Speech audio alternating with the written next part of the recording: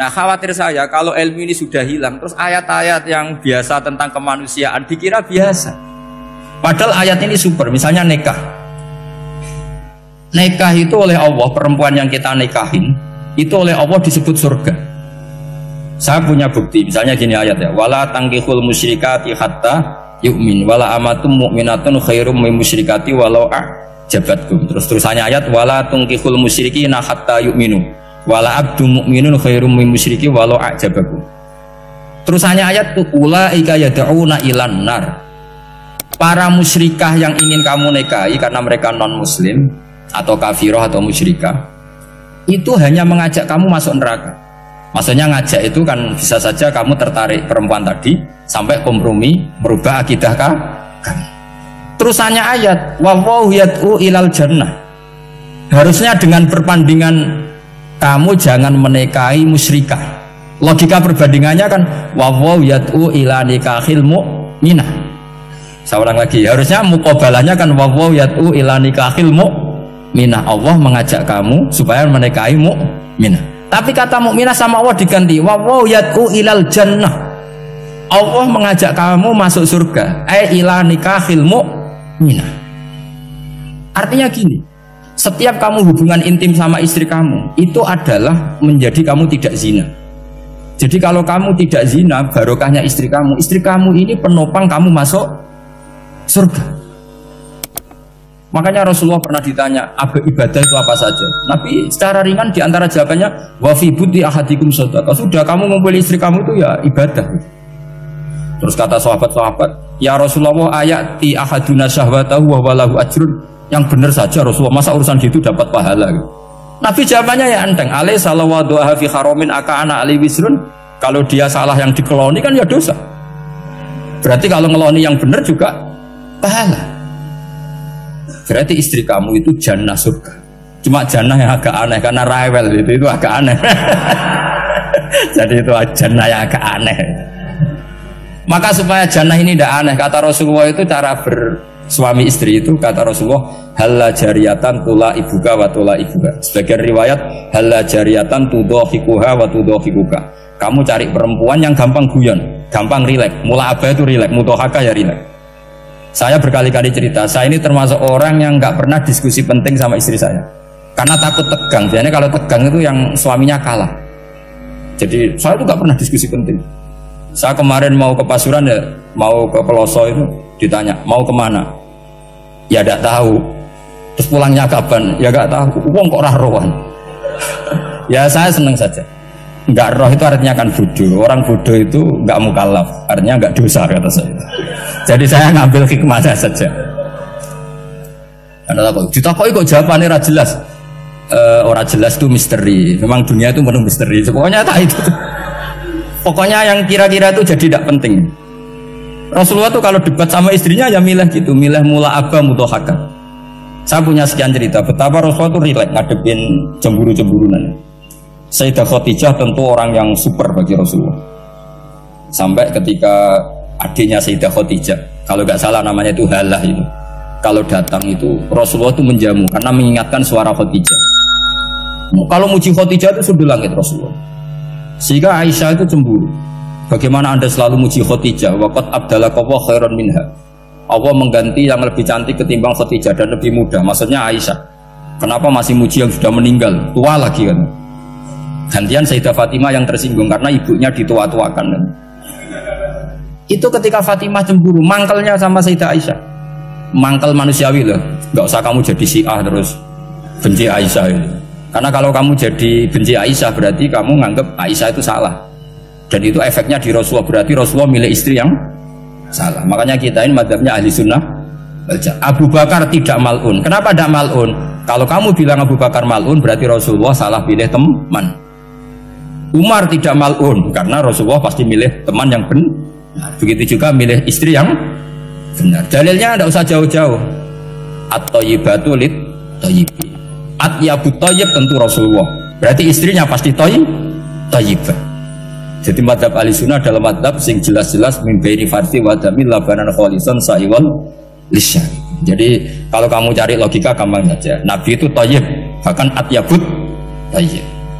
Padahal Kata Allah at-thayyibatu lit-thayyibin. Ya jelas ya. Jadi ini tidak usah dimasukkan hati tentang konfliknya Aisyah dan Fatimah, itu biasa saja. Yang satu bela ibunya, yang satu bela dirinya. Sebenarnya Aisyah itu nggak niat ngiritik Khadijah, ingin diperhatikan Rasulullah saja. Terus ketika Sayyidah Fatimah matur ya Rasulullah, saya supaya ngalahkan Aisyah itu gimana? Karena ibu saya sudah meninggal, ya memang cantik dia, muda dia, dan tahu betul orang kalau Nabi itu sangat mencintai Aisyah.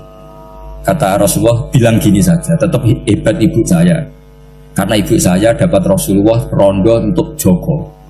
Kowe ayu kaya apa iku untuk Budo. Jadi rileks saja Rasulullah. Akhirnya ya semenjak itu enggak ngeritik lagi, bahaya ini kalau ngeritik. Khadijah itu kan sudah umur 40 tahun, janda dapat Joko. Aisyah perawan untuk Dudo. Keren mana? Keren Khadijah. Jadi tidak semua masalah itu Nabi itu menyelesaikan cara ekstrim. Nabi itu biasa mula apa? Santai rileks. Nah, kalau para mbak-mbak ini ingin jadi surga yang nggak aneh, syaratnya jangan rewel, karena di surga itu nggak boleh ada orang rewel. Tapi kalau nggak rewel sementara suami kamu udah bener, ini namanya goblok.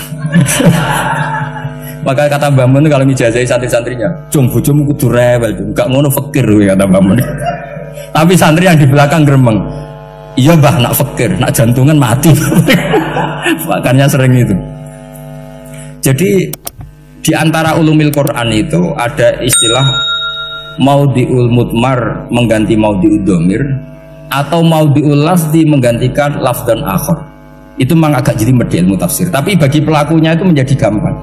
Ya tadi, ketika Allah melarang nikah hal musyrikah, saya ulang lagi, ketika Allah melarang nikah hal musyrikah, normalnya perbandingannya kan wawaw yad'u ila nikahil mu'minah, tapi sama Allah digenti wawaw yad'u ilal jannah. Itu menunjukkan bahwa nikahul mu'minah adalah al jannah, karena kamu hubungan intim ya ibadah, diwamuk kowe sabar ya ibadah, nafakoi ya ibadah, neng-nengan kejahatan senjata juga ibadah. Seru Bang, neng-nengan itu seru. Karena memang di antara sistem tubuh kita itu butuh masa-masa jeda. Itu mari cerdas. Karena tubuh kita ini tidak hanya butuh seneng, tapi juga butuh susah. Susah itu melahirkan kearifan. Jajal bojomu tahu minggat, mesti kearifan kamu meningkat. Jadi minggat itu ya penting. Nek mati saja. Loh, ini saya nggak ngajari keburukan. Memang seperti itu. Nah, saya berharap ilmu usul fikih ini tidak boleh hilang. Karena dengan ilmu usul fikih kita tahu mubah adalah tarkul haram dan tarkul haram adalah wajib. Maka Allah sering sekali membicarakan sesuatu yang mubah itu superior.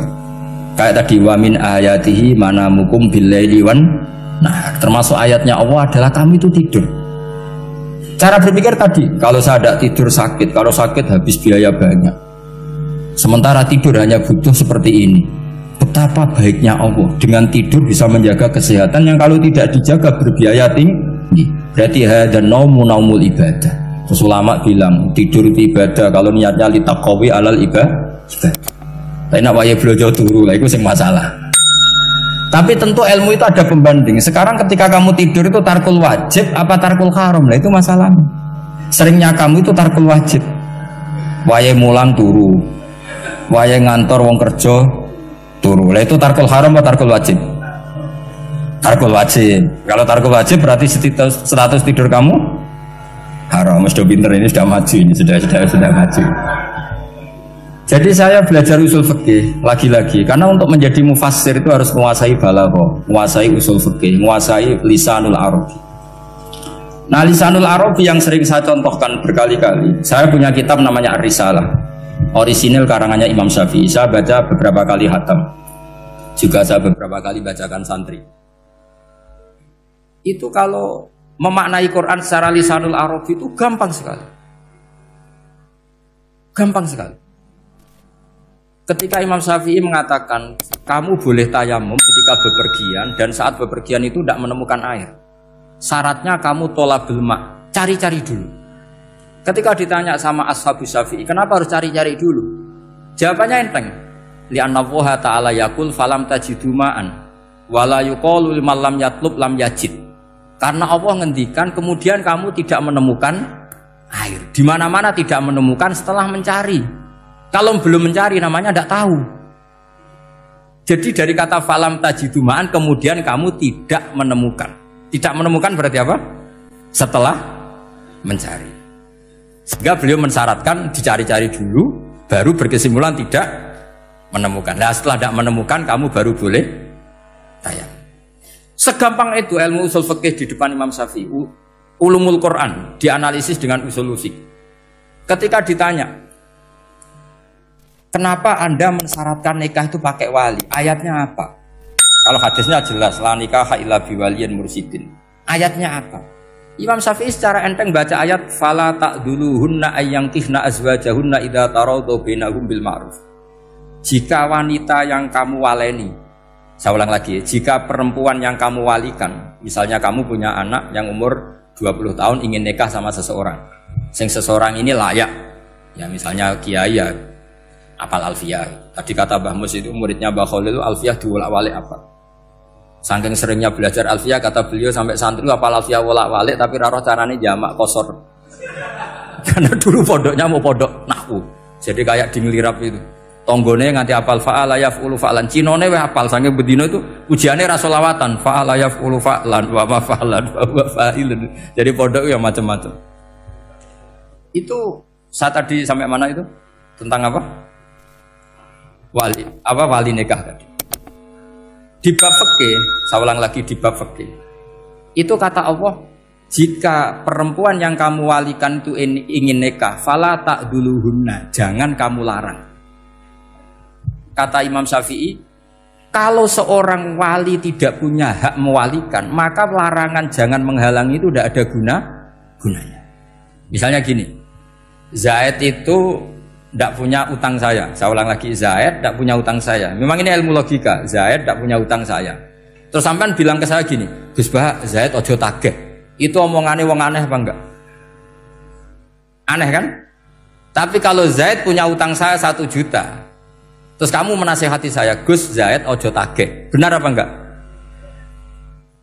Wali itu punya hak melarang. Saya ulang lagi, wali berarti punya hak melarang putrinya tidak nikah. Jika diperintahkan Allah, kamu jangan pernah melarang. Berarti punya hak melarang. Kayak tadi, Gus ojo tagih, berarti aku dia hak nagih. Misalnya otoritas bandara ATR, pesawat Boeing sekian-sekian Lion, bolehkan landing di sini. Karena operatornya punya hak melarang.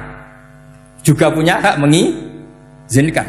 Tapi kalau orang lain kamu bilangin pesawat lain nggak boleh landing di Semarang, orang lain yang nggak terkait dengan otoritas itu, aneh nggak omongan itu? Aneh. Kalau wali dilarang menghalangi perempuan ingin nikah harus memberi izin maksudnya, maka berarti wali punya hak menikahkan. Paham yang saya maksud?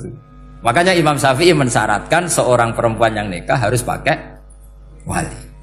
Jadi segampang itu.